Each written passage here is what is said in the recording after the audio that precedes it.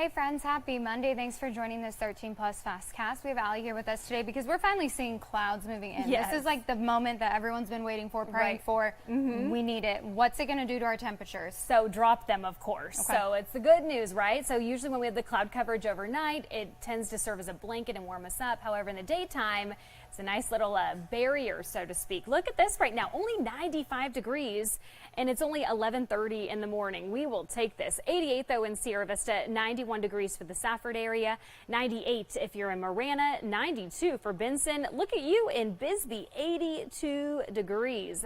Taking a live look at our satellite radars, you can see right now we're already picking up some activity. Look at this. So I'll zoom in to give you a little bit of a closer look. So this is Douglas area, Bisbee, Tombstone, Sierra Vista, Elfrida.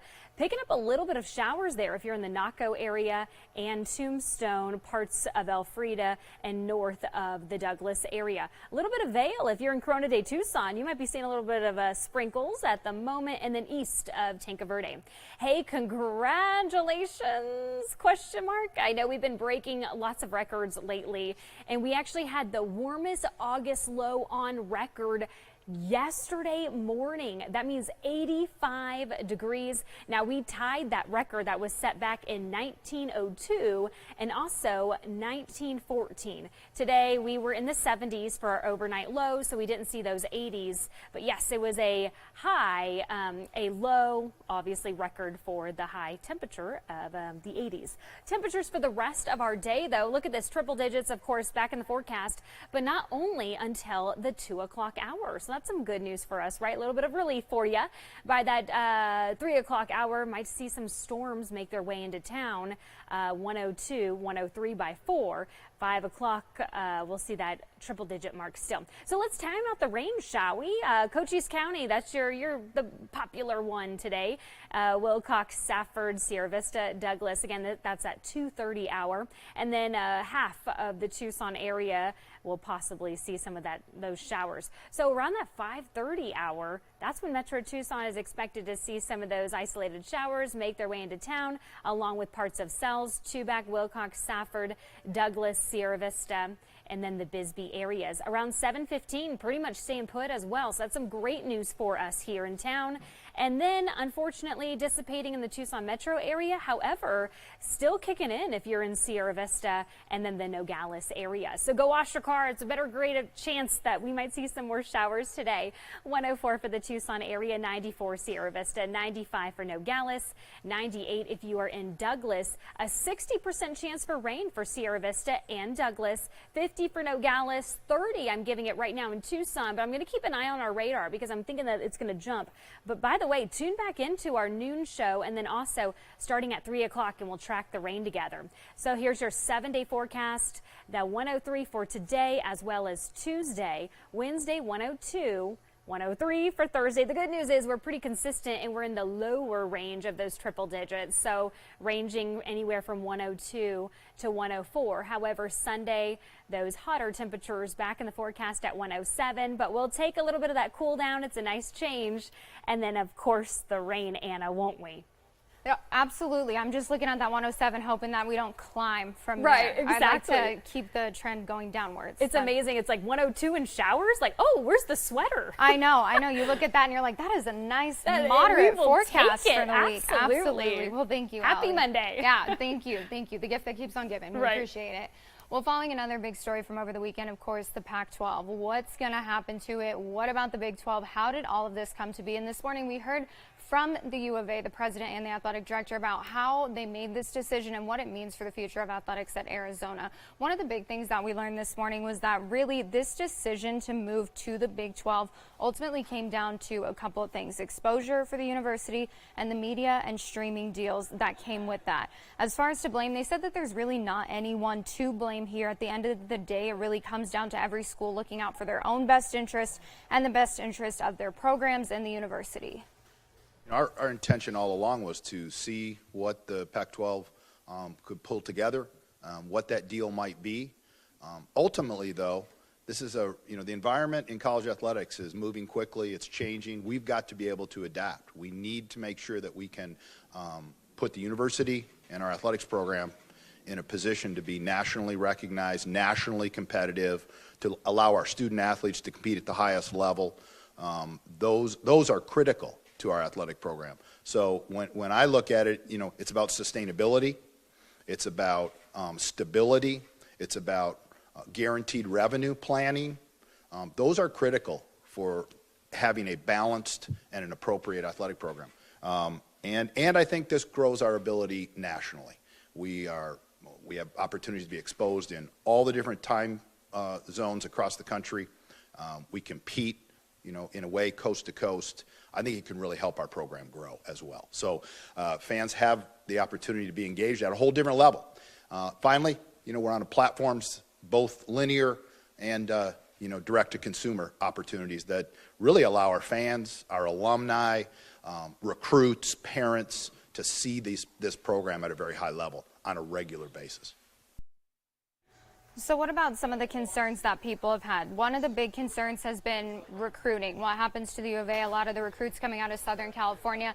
Will that still be the case in the future? And they said that that will be the case, that they're not worried about recruiting. In fact, it could help drive recruiting if they see more competitiveness right now in the Big 12 than they're seeing in the Pac-12. Another concern was travel, and they said that they looked at this, you know, obviously with traveling to Iowa, Texas, Oklahoma, West Virginia. Is that going to add travel time? How is that going to impact student athletes at the U of A? And they said that when they calculated it all out for the next year, or the following year after this year, the travel time's about the same, if not less, because some of the schools are a little bit closer. So they said that that shouldn't be a concern either. So then the question is, what comes next? Well, right now we're not too focused on what comes with the Big 12, because right now they're just focused on the Pac-12 and football season ahead, which actually kicks off in 26 days. All of you, you know, you are ready to move on and close that chapter of writing about it and get on to writing about the upcoming season, which we are very excited about. I think this, ironically, could be one of the greatest seasons in Pac-12 football, at least since I've been around.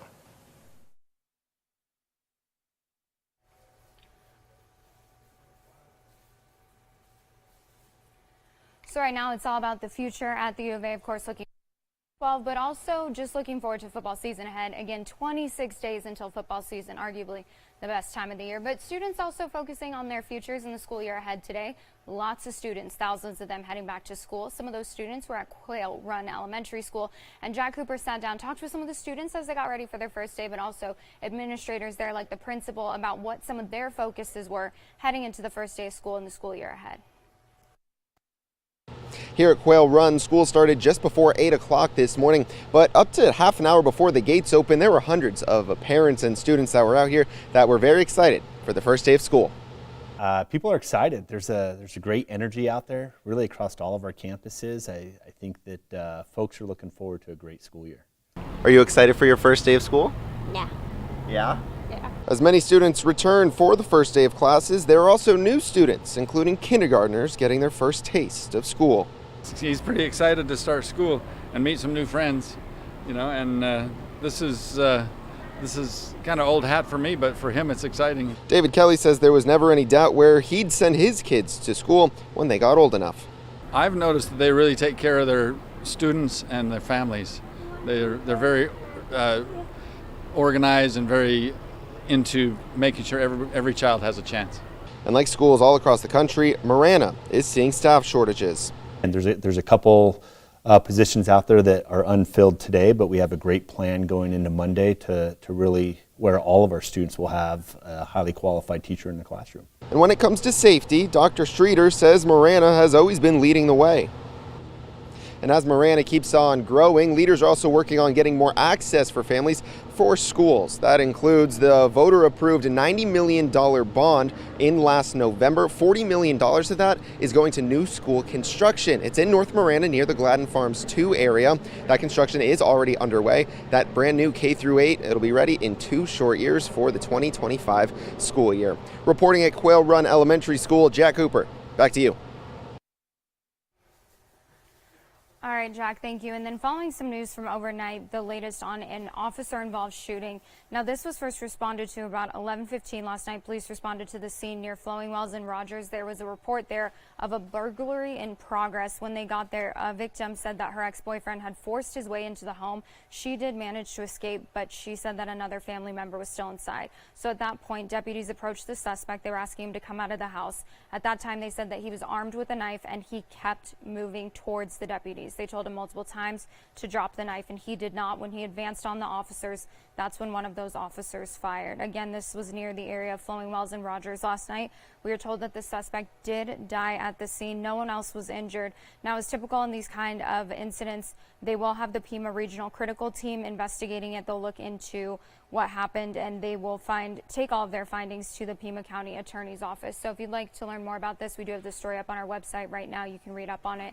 Of course, we'll keep you updated as we learn more from the Pima Regional Critical Incident Team, as well as anything we learn from the Pima County Attorney's Office. Another story that we're following nationally today, this is some really sad news out of California this morning. We learned that 3 people died during a collision between 2 CAL FIRE helicopters. It happened last night. They were working on a fire. It was pretty small, relatively small fire, about 20 acres in Riverside County. But of course, with California wildfire seasons in general, it's kind of an all hands on deck thing. So they called in CAL FIRE.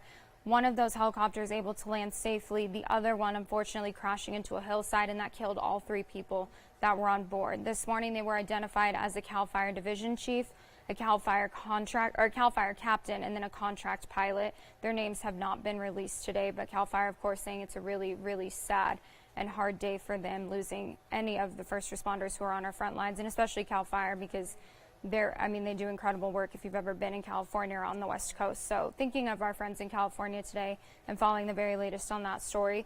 Another national story is that the president is going to be in Arizona tonight. He is flying in tonight. He'll be at the Grand Canyon tomorrow morning. Reportedly, he's going to be creating a new national monument. Now, this would designate more than 1 million acres of land adjacent to the national park, as well as ban uranium mining. It's something that tribal communities there have been calling for from the Biden administration. This was an order under the Obama administration. It's set to expire, so they said that's why they're calling on it from the Biden administration. So we'll bring you the latest from the Grand Canyon tomorrow, what we learn as the president arrives in Arizona tonight and then heads to the Grand Canyon tomorrow morning. This is kind of all part of a Southwest visit that he will be doing. So after he's in Arizona, he will head to New Mexico and then Utah from there. Again, we'll keep you updated on everything that we learn as President Biden is here in Arizona. Of course, one thing that we know is that he will be greeted by the heat when he gets here. And thinking of that heat, you think about the last 52 days of triple-digit temperatures here. So how does the pumpkin spice latte sound? A little bit too soon for that?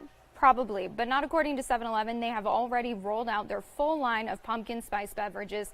That is a month and a half before fall even starts. But if you're a pumpkin spice person, maybe you're like, hey, I've already been and it was great. They did it before Starbucks. Usually Starbucks rolls out their pumpkin spice lattes at the end of the month. 7-Eleven, though, said, nope, we're going to do it right at the start of August, and those will be available until October 31st. So if you're craving that fall, craving that pumpkin, maybe drinking the PSLs all together will help us get into kind of that fall-like weather pattern, because I'm sure that all of us could really use fall right now. But yeah, pumpkin spice back at 7-Eleven for you. That's what's trending today. Taking a look out at our skies, looking a little more fall-like than we've seen, seeing those clouds finally moving in, and hopefully with that, the chance for storms here in our region today. Wouldn't that be nice? You can join us here today at noon for the latest on your forecast, everything that's happening with the U of A and that officer-involved shooting overnight, and then make sure that you join us back here at 2:30 this afternoon for our next 13 Plus FastCast. We appreciate you joining us, sticking with us, and we hope you have a great rest of your Monday. We'll see you soon.